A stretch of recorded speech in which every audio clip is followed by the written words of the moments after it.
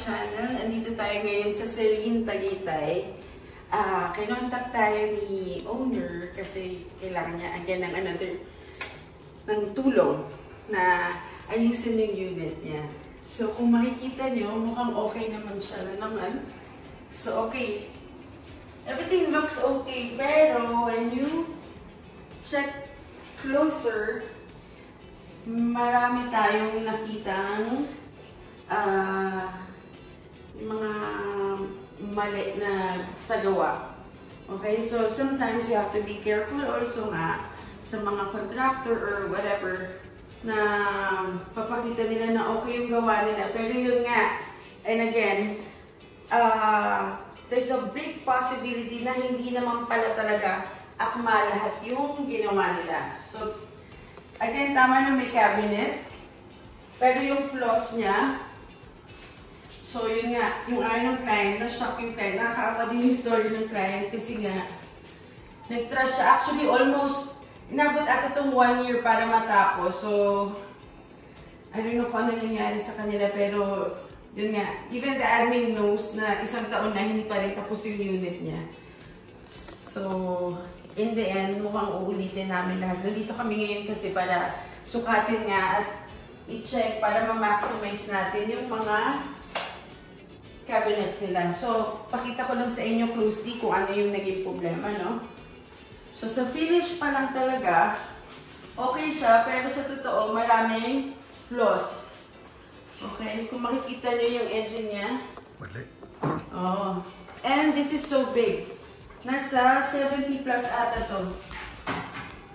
O 71. So, this is too big for the refrigerator. Hindi ko alam kung bakit ginawa nila. And as you can see, yung kanilang hugasan, yung sink. So, hindi ka makakahugas. Tignan mo yung back.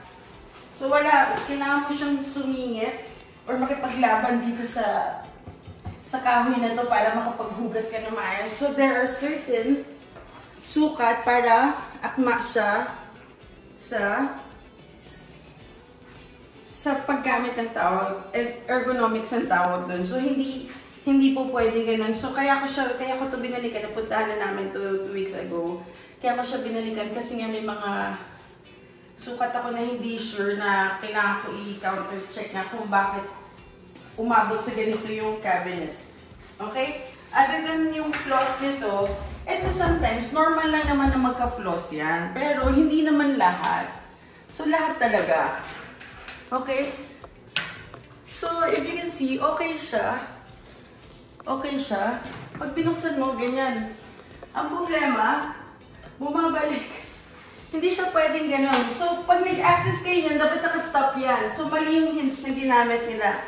Nakikita nyo dun sa isang gawa namin sa Sun Residences. Hindi ganyan. It has to stop sa taas kasi hindi naman pwedeng kumukuha ka tapos hawak mo to. So, yun yung mga bagay na importante. Tsaka dapat alam nung gumagawa. Okay? And then, yun nga. So, okay siya. So, yan. Madumi. And then, tingnan nyo yung mga edging nito. Yan, oh. Wala hindi pa nakakat. So, yan. Kung makikita nyo, ayan, may shadow pa nga, oh. Yan. So, kawawa yung owner. So, ewan ko paano nila ginawa tong platform. Minaximize nila, pero sobrang weird nung gawa. Okay, so guys, watch out kayo kasi itong pa-triangle, ano bang tawag dito? Pa-triangle, may certain sukat yan para umakma siya. Para umakma na magiging center yung, center itong sink. Kaya hindi siya pwedeng mag-undersize kasi nga, ang tendency, uurong yan. So, yun. Heads up lang sa mga gumagawa ng ganito, lalo yung mga Avida na unit. Better make sure if dapat alam ng contractor nyo na may certain sukat yan para yung opening nito enough para makagalaw yung elbows ng maghuhugas. So yun. And then next, yun nga, if you can see, kasi nga triangle, so pinilit nila yung cut ng granite. So ganun yung cut nila, no? Dapat hindi ganyan. kailangan natin ng malaking slab para dito. Or, kung wala man slab na malaki, i-advise nyo yung owner or i-advise sa inyo dapat na we need a big slab here or we're gonna cut it like this. So, ang mangyayari ngayon, ang mangyayari ngayon dito sa client natin, ay sa owner, napag-usapan na namin na kung ano na yung dito, i-maximize natin. Actually, i-reshape na namin ito. Mag-L-shape na kami ng sink dito. Yun. Kasi nga, i-maximize natin. Pero sabi ko, if ever hindi kumasya yung granite na to, magkakaroon kami ng maliliit na cut. Pero, thing is, we need to maximize kung what is here already. So yun, advice siya na gano'n yung gagawin. So ito, look, okay na naman yung, oh, wait, ito din, yung saksakan nakalubog. And this is subway tile, supposedly. Ayan, kita nyo. Ang design nito, itong tile na to is supposedly subway. Although pwede naman siyang pantay-pantay, nagulat lang si owner na bakit hindi naka-subway yung kanyang yung design. Yung subway, yung naka-alternate yung blocks niya. So, nagulat siya, bakit ganyan? So, feeling ni owner, tinamad yung gumawa or hindi alam talaga nung gumagawa, nung nagkabit nito, na ganito yung na-subway style tong tile na to. Pero okay lang naman yan, ginagawa naman yan. So, yun. And then, dito rin pala sa drawers. Yan. Wait, may nakita ko dito dati. So, if you can see, yung mga finish, no? Grabe. Okay. Oh, may cut pa dun. Meron doon parang hindi tinapos yung walang cover. Wala, andito lahat yung mga, hindi. Ito guys, hindi to pwede Yan, huwag kayong papayag na naglaminate dito sa front ng drawers nyo. Tapos, nandyan yung mga pako. Hindi pwede yan. Well, pwede yan, pero for me, hindi pwede. Ay, shucks! O yan, nandito pa tubig. Ayan, hindi pa nakakat, Tinan mo yung mga edging nito. Ewan ko, ano pa ata to board? Wala pa atang takip. So, yun, kawawa si owner. Kasi, yun nga, kung uulitin ni contractor to, yung gumawa dito dati, it's gonna be a big work. Okay? So, let's see more. Yan. So, talaga yung finish nito, hindi talaga pulido. Okay lang pa, konti-konti, pero mukhang ito, lahat talaga hindi, hindi finished. Na, to the point na, 1 year inabot to. Okay? So, isa pa dito sa countertop, kung makikita nyo, mali ang sukat nito. So, mukha siyang tama, di ba? Yung sinasabi ko sa picture mukhang tama, pero ang sukat nito, 62. 60 plus siya. Okay? Kaya sisikip lahat. Kung makikita nyo yung layout nito, atras kang konti. Kung makikita nyo yung layout, sinalagay yung kama. Diba? So, ideally, kama dito. Pag sinukat nyo ito, hindi kakasya ka. Mamaya, papakita ko sa inyo. Tapos, sofa. Ewan ko pa paano. So, yan. Tapos, ito okay yung idea, naka-fold. Yan. Di ang ganda, no? So, paano? Anong naging problema dito? So, okay idea. Anong problema? Nakatakip sa window. So, guys, yun nga, iwasan natin mag-layout or magpa-layout na natatakpan sa window unless sobrang needed. Kung makikita nyo sa mga layout namin, yung mga cabinets namin, nakagap yan sa window or hanggat maaari, pag sinabi ni client na gusto ko dito yung yung cabinet, i-negotiate ko muna sa kanila na huwag bawasan yung window. Okay, napaka-importante ng window, lalo na sa small spaces. So, napaka-importante ng air, ng light. Yun. Kaya huwag nyong payagan or hanggat maaari, huwag nyong takpan yung window na binigay sa unit. Okay? So, ano naging problema? So, by standard, Dito ang sukat ng bed. If you can see, sorry nakachinelas ako. I wasn't planning na mag-vlog, pero naalala ko dapat mag-vlog tayo para makita nyo. Okay? So yan ang space. Stand here. So kung makikita nyo, nandito ako, no? Wala nang space para sa bed. Okay? Kung ikutin ng bed, papunta doon, hindi po pwede by feng shui. Kasi haharap sa door. Okay? Tsaka sisikip talaga siya. Kung ikutin mo, kumbaga, try natin ng ibang space, ganyan. Di talaga obra. Okay? So, eto na. And then, di ko nandito ang bed. Wala, hindi mabubuksan itong good idea sana. Pero yun nga, hindi na naman napag-isipan. Mag-function yung dapat mag-function. Okay? So, walang sense. Wala tayong magagawa dito. Wala siya. So, hindi siya cabinet. Okay? And then, yun nga. Kung makikita nyo rin, ito is like an overkill molding, no? So, hindi ko sure kung bakit, pero sige, kung yun yung designer, okay naman. Pero for me lang, my personal opinion, medyo overkill yung kanyang pagkakamolding, no? Medyo masakit na sa mata. Tapos ito, pakita nyo pagkabet pa dito, oh. Tabi niyan, atras ka para makita. Yan, so kung makikita nyo, hindi ko alam yung alignment niya, no? Dito tayo titingin, oh. Wala sa alignment yan. So, I don't know paano, why and how. And then the saksakan was left like this. And yung another magiging problem namin dito is ano ito. So, hahanapin pa namin to. Hindi ko alam kung magbabakbak kami sa sahig or sa wall. We'll probably kill this one. Pero, we'll have to see it. Kapag ginalaw na natin tong unit, doon natin makikita kung ano yung mga gagawin. So, yun. Sadly, yun nga, meron na naman tayong isang client na tutulungan, kaso nga lang, yun nga, nag-spend na naman sila ng money na pinaghirapan nila at nandito na naman tayo sa posisyon na mag-aayos tayo ng unit. Okay? So, sana may matutunan din kayo dito, kung ano yung mga things na dapat tignan natin at aralin. So, yun, next. So, countertop. Sorry, masigit. Okay?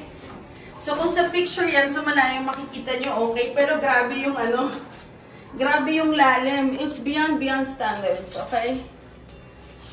Standard sa bahay, 60. Pero dapat nasa 40 lang yan, 50. Okay, kung maluwag naman, usually 40-50 kami dyan.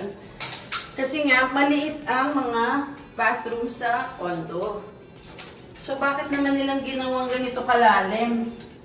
Or siguro, I don't know kung 70 ba ito. Baka supposedly, baka baliktad ang mount. Baka baliktad ang mount.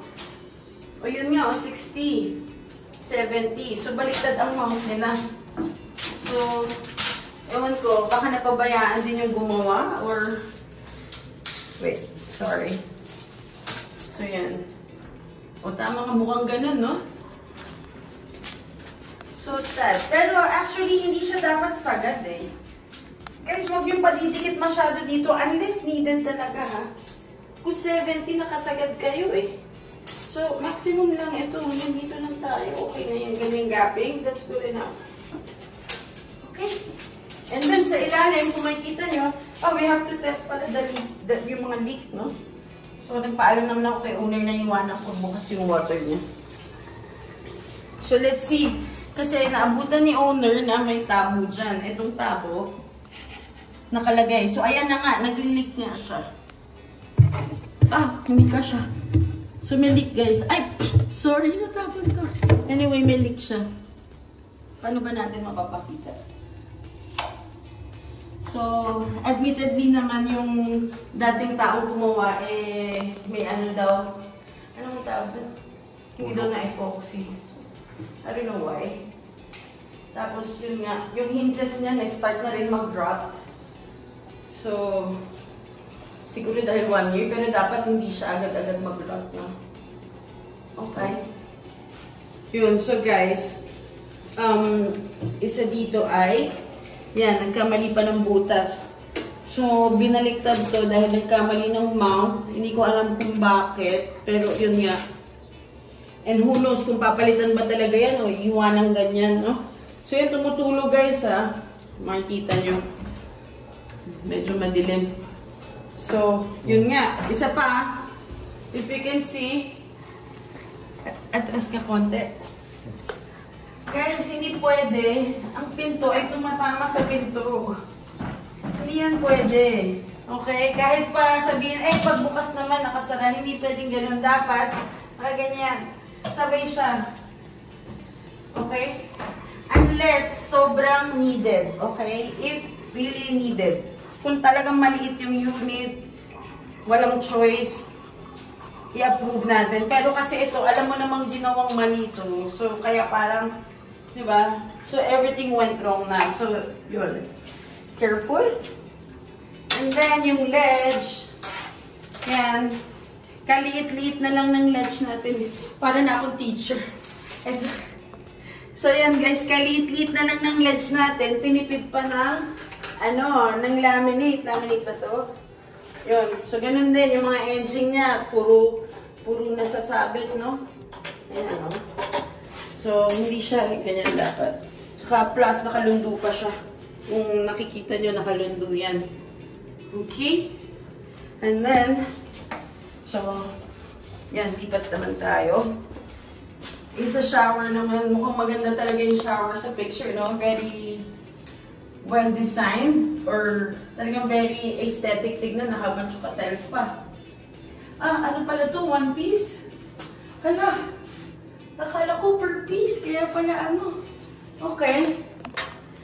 Ngayon, ang naging problema dito ay sobrang taas nitong hook niya, no? So, sa normal na height ng Pilipino, kagaya ko, mga 5'1" lang ako.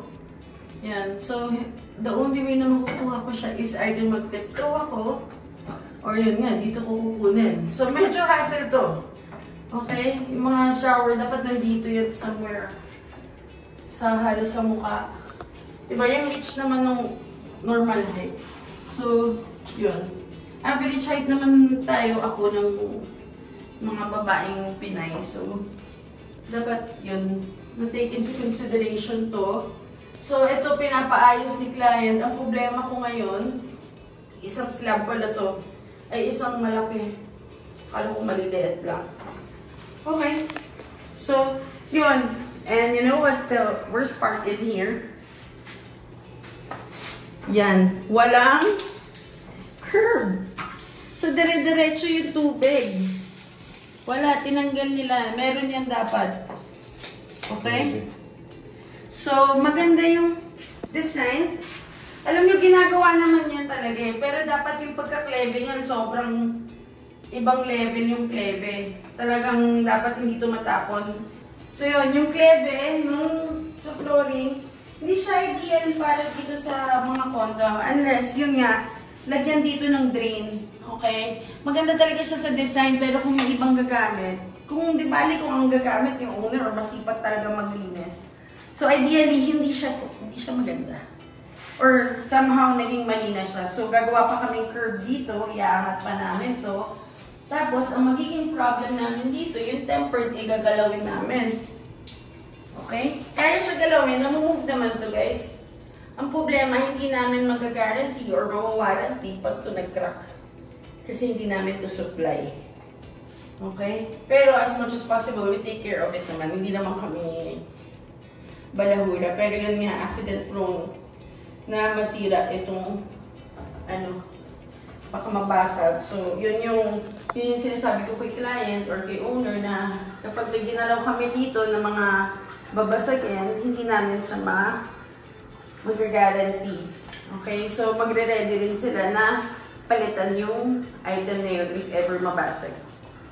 So, yun. Okay? What else pa? Yung ano pala, Cove Light din. Okay, so this is another one, Bites the Dust na epic fail ng Cove Light. So, pangit ang masilya, bako-bako. So, may kailangan kaming palitan dito. Hindi ko lang alam kung maganda yung ano. Ay, dito makikita. Ewan ko, atras ba? Kita ba? Ayan o, alon-alon. Atras ka. Makikita naman pala sa shadow ng ilaw. Ayan o. Ito, dito. Actually, lahat eh. So, hindi siya accidental eh. Diba guys, sa construction, hindi yan 100% ha. Kung maka 80-90% perfect, ay maka 80-90% score rate yung pinagawa nyo, okay na kayo doon. Hindi yan na 100% kasi meron pa rin human error. Pero to, matinding human error na, yun nga, malaki ang adjustment, malalim to, hindi tayo makalagay ng kama. Ito, walang kaano-ano dahil hindi na mabubuksan yung ito pag naglagay ng kama. So, yun nga. So, in the end, mukhang malaki yung hindi naman malaki. Papalitan namin siya lahat, actually. Yun, magsisave lang ako. Yun nga, to help the owner, I'll try to save as much wood as I can. Pero, yun nga, mostly, ito ay for disposal na rin. Yun. Kasi nga, hindi namin, everything is out of fit. Hindi ko pa na-check kung ito dito. Okay? So, ito rin. Ano ba ito? Ang lalim ng cabinet, guys. Overhead, may limit lang yan, ha? Pwede yung mga ganito kalalaki pag sa bahay. Pero pag condo, maximize space tayo. Kaya limited yung, hindi siya limited eh. By standards pa rin siya, pero iba yung standards pag bahay. Okay guys, medyo gabi na nun. Tapos na kami magsukat. Meron pa tayong mga nakita na by sukat na nga, wala na tayo sa hulog talaga. So, this one, hindi siya pantay-pantay. 44 mahigit. So, dito pa lang yun nga, wala na talaga. Okay, so, yan, 20 and a half. O, more than 20 and a half yan. Oh, halos 21 na, no? So, wala eh. Ito, under 21 siya. Ito, ba't pantay na siya ngayon? Kanina hindi.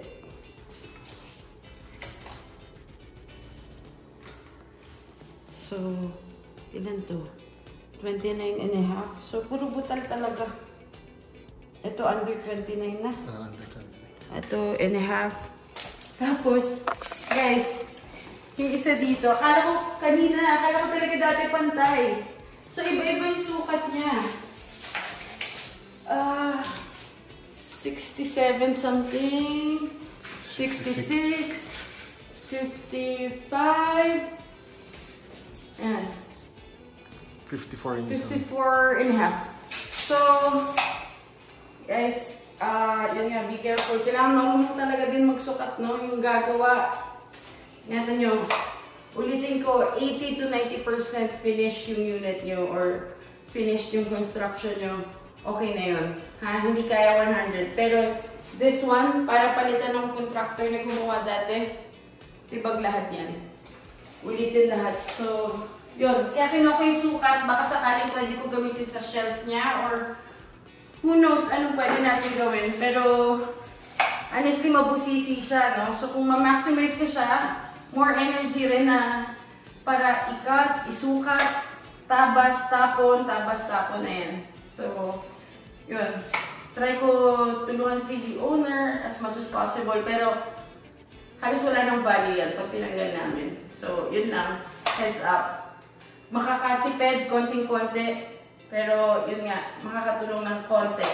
Pero, hindi siya parang, uy, salamat na tabas. So, mostly, yung iba dito, isi-save ko na lang din. Kasi nga, para, ano na rin tayo, save the earth tayo. Na, kasi nga, instead itapon natin, gamitin pa rin natin siya hanggat maaari, no?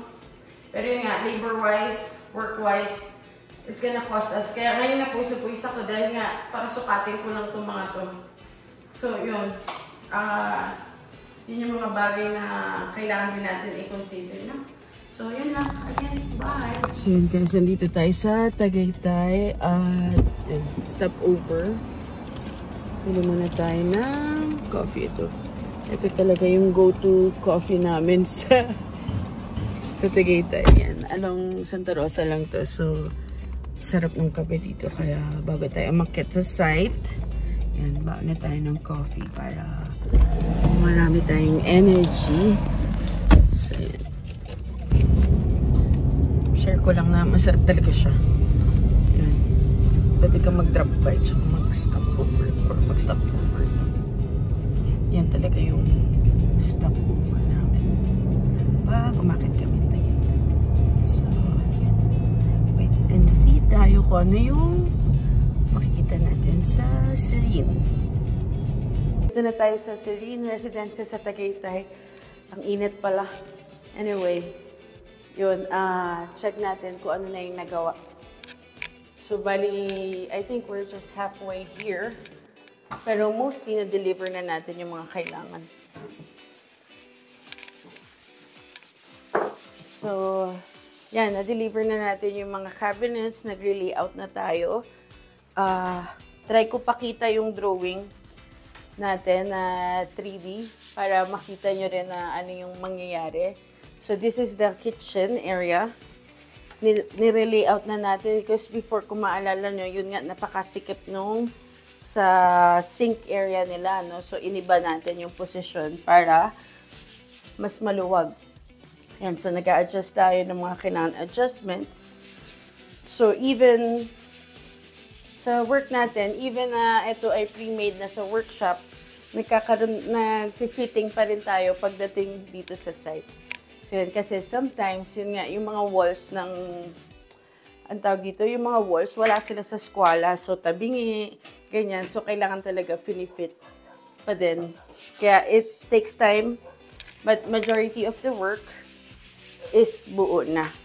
So, yan, that would be the kitchen, ref area, wardrobe. Yan, so, dito yung entertainment na, and then dito yung magiging, yung bed area. So, currently, yun nga, it's either, yun nga si client, pinag-iisipan pa kung sa atin ipapagawa or bibili na lang siya ng ready-made. So, yun, let's see. In the next video, yun nga, ipapakita ko na sa inyo na medyo buo. And then, ito, kagaya nito, niretain natin. So, instead na tanggalin natin, supposedly, yung isang plan namin is tanggalin. Pero nagre-layout kami na pwede na nga siyang retain since sayang because mirrors are kind of expensive also. So, yan, lalagyan natin ng design dito sa paligid. And then, ito yung parang foyer area. Magkaka-table ako dito. And then, dito sa part na to, nandito yung magiging parang utility and shurak area. So, yan yung sa entrance. So, min-maximize natin yung space gap doon na magkakaroon siya ng storage. So, yun lang muna for now. Follow lang kayo. Magkakaroon to ng part 2 definitely. Yun nga, pagbuo na siya. See you again in the next video. Don't forget to follow, like, and share LBP Arts and Interior, Facebook, Instagram, and YouTube. So, madali lang kami hanapin. Andun din yung mga contact details and email address namin. Message lang kayo para yun, para sure na kami yung kausap niyo. So, see you again, guys. Till next time. Bye!